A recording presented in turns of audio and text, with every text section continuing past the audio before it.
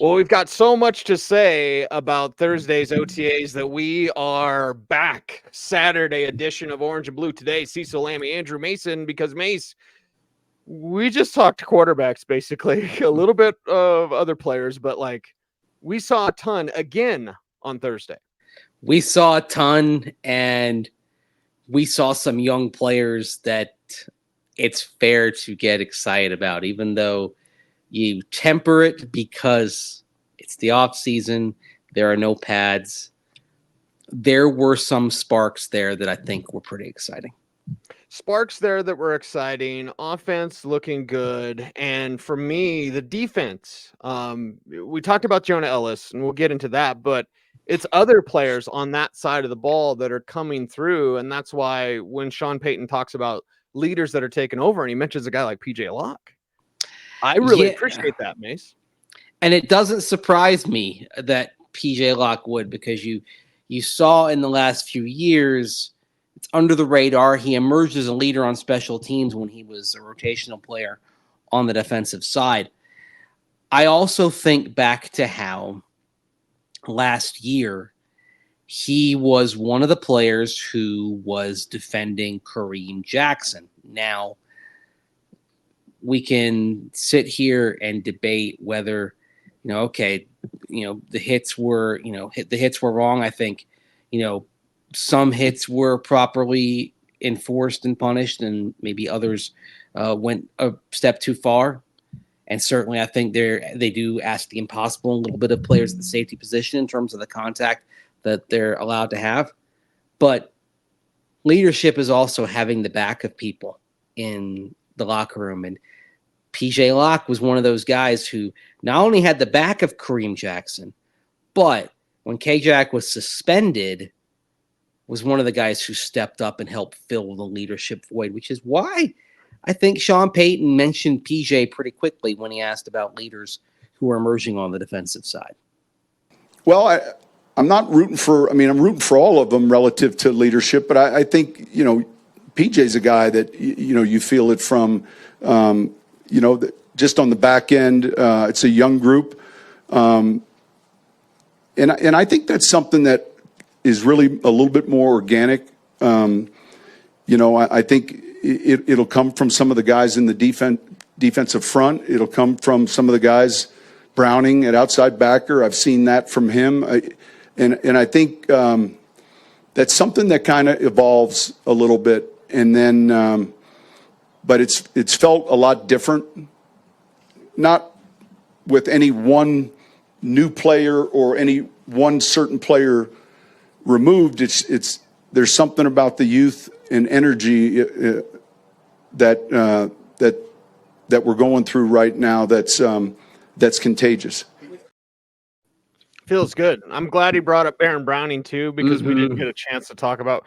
Whereas Jonah Ellis was wrecking stuff, Baron Browning was wrecking stuff too. Yes.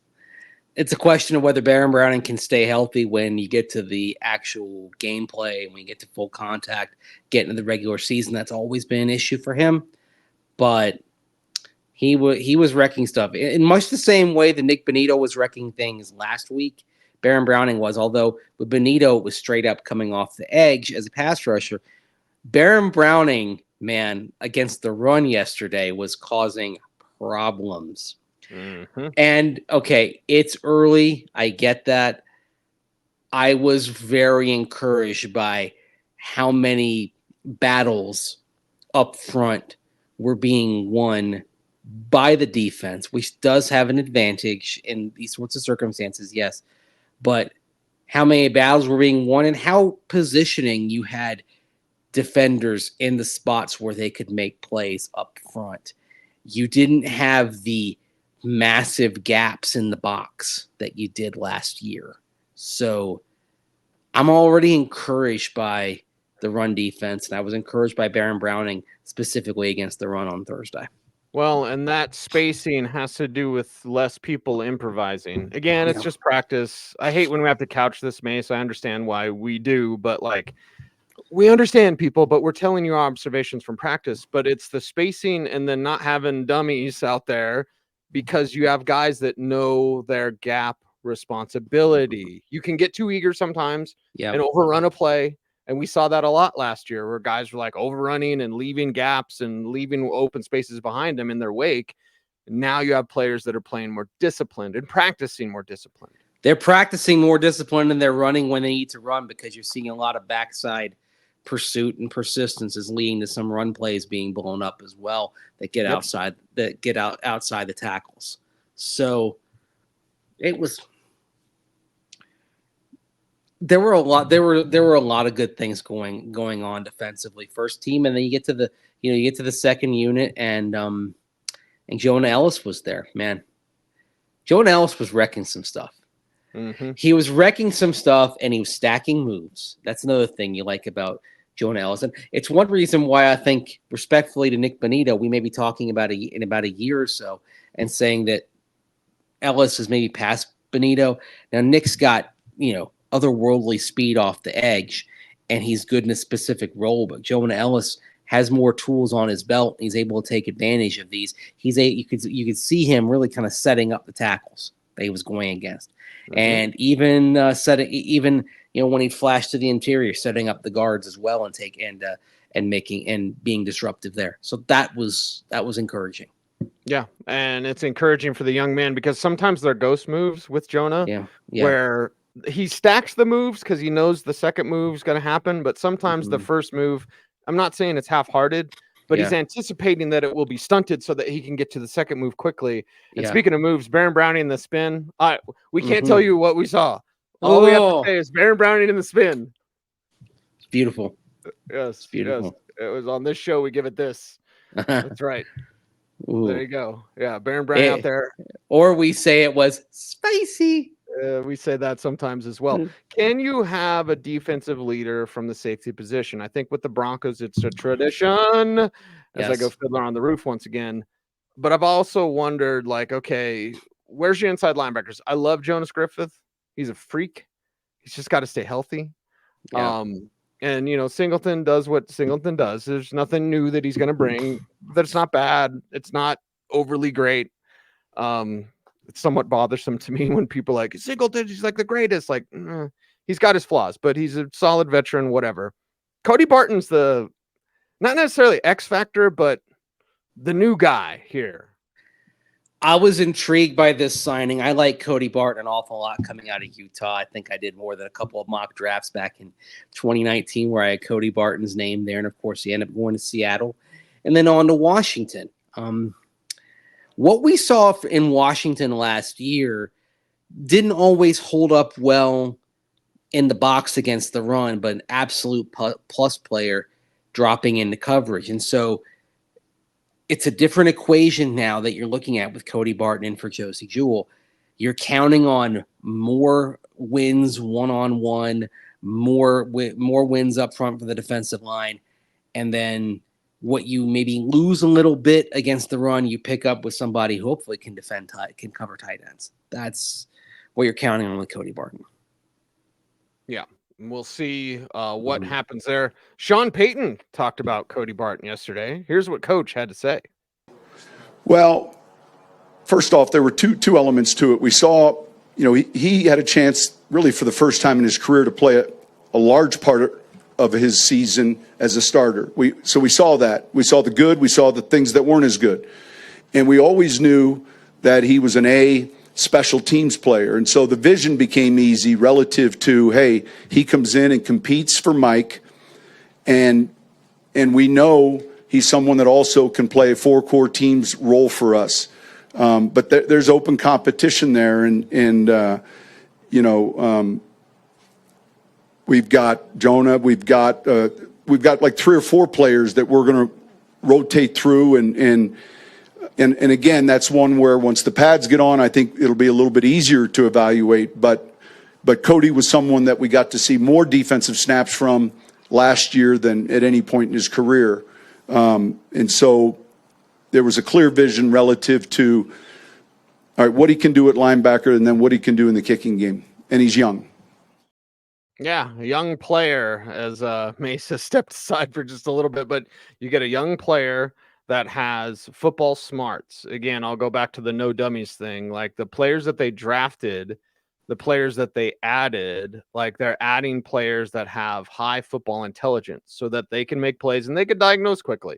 One of the things that I've enjoyed about Cody Barton is watching him out there. He's not overrunning plays or taking false steps, is what scouts would call it, where he's moving into a position where it creates a passing lane behind him because he's biting on a play fake or a pump fake. He's got the speed, he's got the intelligence to stay ahead of the play. It's in a similar way to the way Josie Jewell would stay ahead of the play. Now, Jewell always had the lack of length and the lack of speed. Those were things that plagued his game. And coming out of college, you knew that he had the high football intelligence, but you also knew that, okay, he wasn't quite long enough. He wasn't quite fast enough. With Cody Barton, you do have a player that is and does have that speed, does have that length, and also plays with high football intelligence. So he's capable of being out there and not being fooled by the quarterbacks whose job is to basically fool you. And that's enjoyable when you watch Cody Barton because of what he can do in coverage. And that's really why you get him. That's why you add him. I'm not looking to Cody Barton to be some sort of battering ram or blow up a play or be a type of guy who's just this enforcer, right? Smoke dog Al Wilson, something like that. I don't look at Barton as that sort of player. I look at Barton as a smart, heady player, doesn't need to come off the field, that can help you in coverage in a division where you got Travis Kelce and Jared Wiley. The reports on Jared Wiley out of Kansas City make me smile and cry at the same time because I can't stand the Chiefs, but I do love Jared Wiley. Of course, you've got now Brock Bowers in the Vegas Raiders, and the reports that we're hearing about Bowers now is they're moving around the formation. Yeah, of course, because Bowers is kind of a slot receiver. And Michael Mayer's still there as a good wide tight end. Mayer was a solid tight end this last season for the Vegas Raiders, and then now he gets to share it with Brock Bowers there as well. And the Chargers, Will Dissly's always been giving the Broncos fits ever since his first game. Donald Parham, kind of that big, lengthy tight end there as well. So Mason, you kept talking. Wow, sorry, I had to step away there. Yeah, I might have to step away during the show as well. You never know, but I was just going through what I'm expecting from Barton, and then looking at the tight ends within the division and outside of the Chargers, whatever. But you've got two tight ends with each of those teams. You have two tight ends with the Raiders. You have two tight ends with the Chiefs. The reports out of Kansas City on Jared Wiley have been fantastic. You had to go there. I had to bring it up. But so having Barton, this is one of those critical pieces that you could say even was outside of Bo Nix, one of the most critical pieces you could have added this year. Well, the other thing also is when you had fairly limited cap resources because of what you were navigating with the Russell Wilson contract, you had to target players that filled specific roles, right? So look at the players they targeted on the defensive side. Levi Wallace, he's there in case you don't get the answer from Riley Moss or Damari Mathis or Chris Abrams-Drain at CB2, or even Jaquan McMillan. I mean, there's some flexibility out there. Malcolm Roach, you needed a run stuffer. So you go by a player who, per the analytics, was one of the top handful of run stuffers in the NFL last year in terms of his efficiency. You trade for John Franklin Myers, who is also someone who can be a plus player against the run. He's more of an every down guy up front. That may not have been planned initially. That was a nice little bonus that you were able to get because you were able to have the Jets wanted to get rid of the contract, and you were able to do a restructure that really minimized your hit this year as well, while, again, you're navigating $53 million of dead money from one player. And that you had, Brandon Jones on the back end at safety. What does he do best? He steps up into the box, helps out the run, right? So you're losing something in Justin Simmons, but you're upgrading that run defense. But you've done all these things for the run. How do you compensate? You lose Justin Simmons. How do you compensate? Do you find somebody who at a different spot maybe can be very effective in coverage. And that's Cody Barton, right? I mean, Cody Barton is not a complete inside linebacker, but that skill set, you've been looking for a coverage inside linebacker for a while, right? That's why you drafted Justin Strnad way back in 2020. Like it was, the whole thing was, okay, ideally if he blossoms, he can drop into coverage. The only problem with Strnad is that he was so out of his depth against the run. Look, for example, at the film from the Browns game in 2021, that you couldn't afford to have him out there. So Cody Barton is a bit better than that. Profiles more of an every down linebacker, but he can cover. So but it's interesting to look at the players the Broncos brought in free agency on defense and say, okay, you can't get one of those top line players because you have these needs that need to be addressed and limited cap resources with which to do it. How do you affect improvement in an area that desperately needs it while being mindful of it? It's very much, to use the baseball analogy, this is very much a Moneyball way of trying to patch some holes with the resources that you have. It's to their credit. I think they found some guys that can do some very specific things that can help in the aggregate make this defense, if not great, a bit better. Yes, and I'm glad you used the word aggregate because it's not a one-for-one replacement for Justin Simmons. This isn't Brandon Jones' Justin Simmons replacement. No, he's not. No, he's not. Barton and Jones are the Simmons replacement. So it's an aggregate of being better as a whole. And you mentioned flexibility. We can't say everything, Mace, and I hate when we have to say this, but whatever. But with guys like Jaquan, just know that they're not at home at a certain position, okay? There's going to be some movement here, and that gets me excited. I think that's the Jim Leonard influence. I like more of that. Yeah. Please, sir, can I have some more? There are going to be some, even though he's not the defensive coordinator, he's the pass game coordinator, you're going to see some things coverage-wise that look different. Yep. And that's the set of eyes coming in that you're having Jim Leonard looking at things and moving some pieces around. It's part of what allowed him to succeed at Wisconsin. Hey, like one thing about college football that you do get out of that is having to move the pieces around a lot. Right. So there's some of that going on here to find the right mix. I think it's part of the reason why Sean Payton said, and even though he's talking about quarterback and center, it's not just the offense as well as the defense. Try not to read too much into the groupings at this point because they're mixing and matching. They're trying to figure out combinations that work. And not only combinations that work, but use of players, like how to get the right amount. Like what is the ideal snap count, situation count for a player? That's something they're ascertaining right now. And again, recreating in the aggregate. I think that's sort of going to be a theme here. Yeah, you're not replacing Justin Simmons one for one. You're piecing it together with, a little bit of Cody Barton, a little bit of Brandon Jones going into the box, a little bit of PJ Locke growing as a leader, right? It's a little bit of this and a little bit of that. And hopefully when we get to September, we're talking about something big. Did you just go Mambo number 5 on me? A little bit of Cody over here, a little bit of PJ up in here. Oh, gosh. Yeah. That's good. That's good. A little bit. That's where my mind went. My mind now goes to the offensive side, Mace, and maybe perhaps a disagreement between you and I. And it's always organic. We never do anything. This isn't Back Mayhem in the AM, right? Where it's like, I play good cop, you play bad cop, and then you play bad cop, and I play good cop.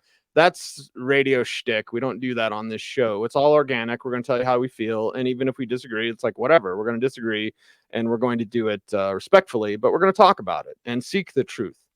what's the truth on Javonte Williams? Because when coach says it, and I can play the clip first if you want, but when coach talks about Javonte Williams, I'm like, I don't agree with that. Let's hear from Sean Payton, and then let's talk about it. So let's begin there with Sean Payton.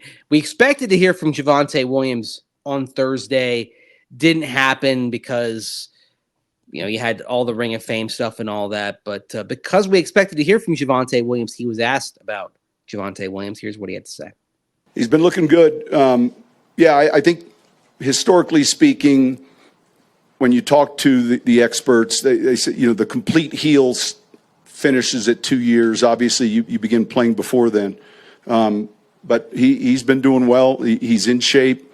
I know that he's looking forward to the challenge last year. Really is, when you think about it, even in training camp, it was still early enough in the process where it was hard for him to go full speed with confidence, and yet we were building kind of and getting him where we all felt comfortable that he could play. And so I think he's looking forward to this year, and certainly the confidence in his health and the strength of his knee. It was hard for him to go full speed with confidence. We have a show coming up during the downtime talking about this. Yes. Yeah. It's a what if show. We'll probably hear that. We'll probably play that clip again. For sure. I think it's significant because he's talking about 2 years, the full heel. Yes. Okay. So the full heel here in 2 years. Well, that's still what, October before it's 2 years? Well, and maybe Javonte did look better on Thursday, but Macy doesn't look like himself. He still doesn't look like himself. First of all, I think it's like the second season, more than 2 years. I don't think we should take that term literally to mean 24 months. Usually 18 months for a new. Yeah. But it's usually like you think the season after, right? I'll say this. Fingers on me. The guy behind the guy. Yes. I actually thought Javonte was cutting better and looking more dynamic than at any point since the injury, when we saw him out there on Thursday. That's not unfair. Your statement is not unfair. But is it with the same pre-injury burst? Now, we don't have the pads on just yet, obviously, so we're not going to see whether he's got the angry runs thing back with him. But I haven't seen him yet look like pre-injury Javonte. Even though I thought yesterday was the best we've seen since then, it's still not all the way there. Now, I'll say this to kind of allude to what we were talking about earlier in the show. When they went into team, it was hard. The opportunities weren't necessarily there, even though it was a third down day. Mm-hmm. But there was one moment, one play where he got through the hole, got some space, and I did get a huge smile on my face because I had not seen anything like that from him in 2 years. So I would say there was a gleam there with Javonte Williams Marty. To borrow the phrase from the late Marty Schottenheimer. Yeah. And hopefully Javonte can be healthy and get that gleam. There was a moment. Here's my only pushback, and I generally agree with what you're saying, so maybe this isn't the big disagreement I thought it would be. Here's my one pushback on that play. We can't tell you whatever. But we're talking. We know that's the thing. I just say the play. Time. We know we're talking about the same thing. Because there was one. Yeah. There was one, and that's one. I've seen Jaleel have multiple plays like that. I've seen Blake Watson have multiple plays like that. I've seen Samaje Perine have multiple plays like that. So in a general similar structure of a play, these other backs are doing it multiple times. We saw Javonte do it once. Yeah. That's it. That's fair. Okay, that's fair. Look at us sing a kumbaya. You're not wrong. I mean, I guess I'm choosing the optimism over seeing it again because I haven't. And you get excited when you know how hard someone has worked to reach that point again. And you hope that it's a step that leads to a couple of plays and then 3 plays. And then this becomes what we're seeing in the norm from Javonte Williams when you get to the regular season. Confidence. But very interesting, though, to go back to Sean Payton's quote that, he gets out there at training camp last year, not all the way back, not full speed. Why were they trying to force this last year? That's for another show. I know. We're going to talk about that. But, I mean, could maybe the frustration of last year to some degree have been avoided?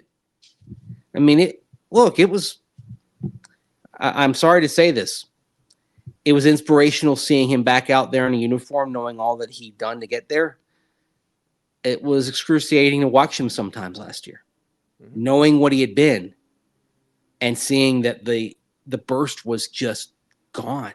It makes me think of the Marvin Mims thing when he's like, well, it's a crowded room and Jerry Jeudy. I'm like, it's you, Sean, it's you. Hey, Javonte didn't have confidence to run full speed. Well, that's you. You could have said, dude, we're shutting you down. Well, the thing is, we get the human nature of it is you get locked in that moment of, okay, we need this at this moment. I mean, the NFL, as Jerry Glanville first said back in 1989, stands for not for long. So there's the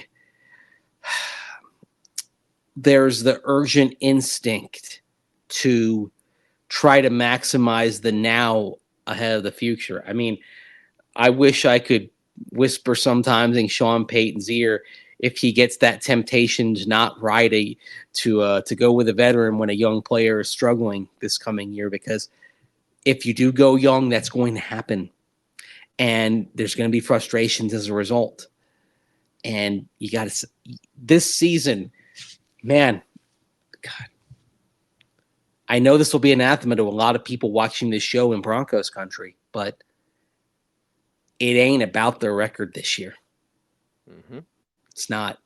And that's tough to say because football players have a limited lifespan or a limited career span. And you want to maximize that. But it ain't about this year. It's about the long term. And that means going young and not jettisoning a player from the lineup just because they have a bad game. It means sticking it out. Stick-to-itiveness, Mace.